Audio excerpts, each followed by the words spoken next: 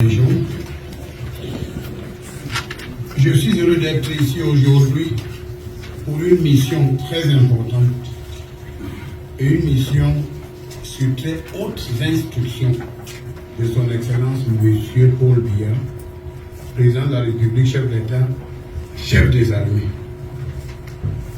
Il s'agit d'une mission d'évaluation sécuritaire après le scrutin présidentiel du 12 octobre 2025. C'est aussi une mission pour expliquer l'importance du discours historique de son Excellence M. Paul Biya lors de sa prestation de serment le 6 novembre 2025. En effet, le discours du chef d'État, son Excellence Paul Biya, le 6 novembre 2025, est une feuille de route nationale. C'est un grand discours, un discours d'ouverture, un discours d'apaisement, mais aussi et surtout un discours de fermeté. Le grand discours du chef d'État, son Excellence Paul Biya, en réalité, c'est un discours de grandeur, c'est un discours d'espérance. Parce que plus que jamais, le chef de l'État, son Excellence Paul Biya, après l'élection présidentielle, est dans sa posture maintenant que chef de l'État et père de la nation. Voilà pourquoi, comme d'habitude, le président de la République sera toujours à l'écoute des populations.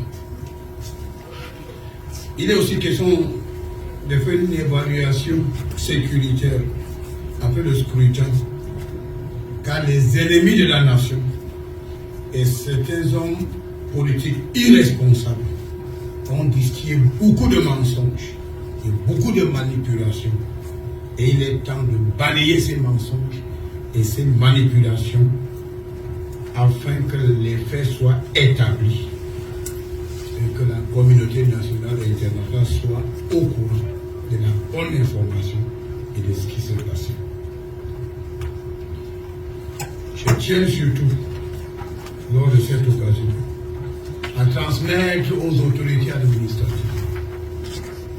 et aux responsables de forces de défense et de sécurité les chaleureuses félicitations et les encouragements du chef de l'État, son Excellence M. Paul Biya, président de la République, pour leur bravoure, pour leur professionnalisme, pour leur sang-froid, malgré les provocations, avant, pendant et après le scrutin présidentiel.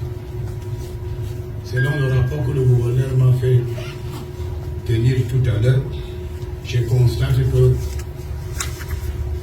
la paix et la sécurité règnent dans l'ensemble des départements de la région de la Gambie. On peut vraiment s'en féliciter. Je tiens également, au nom du chef de l'État, à féliciter les autorités administratives et les forces de maintien de l'ordre qui ont bien encadré le processus électoral. Et comme tout le monde a pu le constater, le scrutin présidentiel du 12 octobre s'est déroulé dans le calme, la sérénité et dans un environnement sécurisé. C'était une élection présidentielle crédible, transparente et apaisée. Le peuple camerounais souverain, maître de son destin, a renouvelé sa confiance à son Excellence M.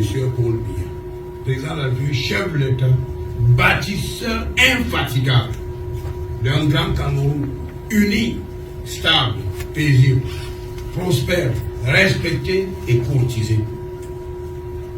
Nous devons tous nous mettre derrière le chef de l'État, car sur sa haute conduite, sur sa conduite éclairée, le lendemain meilleur attend au Cameroun.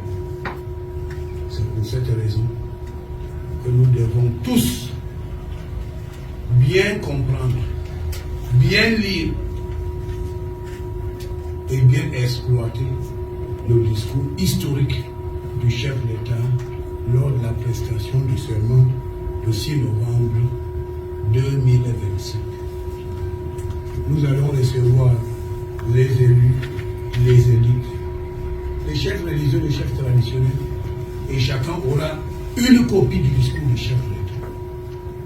Il s'agit d'une feuille de route nationale, un discours historique où tout le monde se retrouve dans ce discours. Donc il est important qu'on sache que l'élection présidentielle est derrière nous. Maintenant, nous devons tous nous mettre derrière le chef de l'État pour le Cameroun de demain. Pour le Cameroun qui offre plus que jamais la place à tout un chacun de nous. Je vous remercie.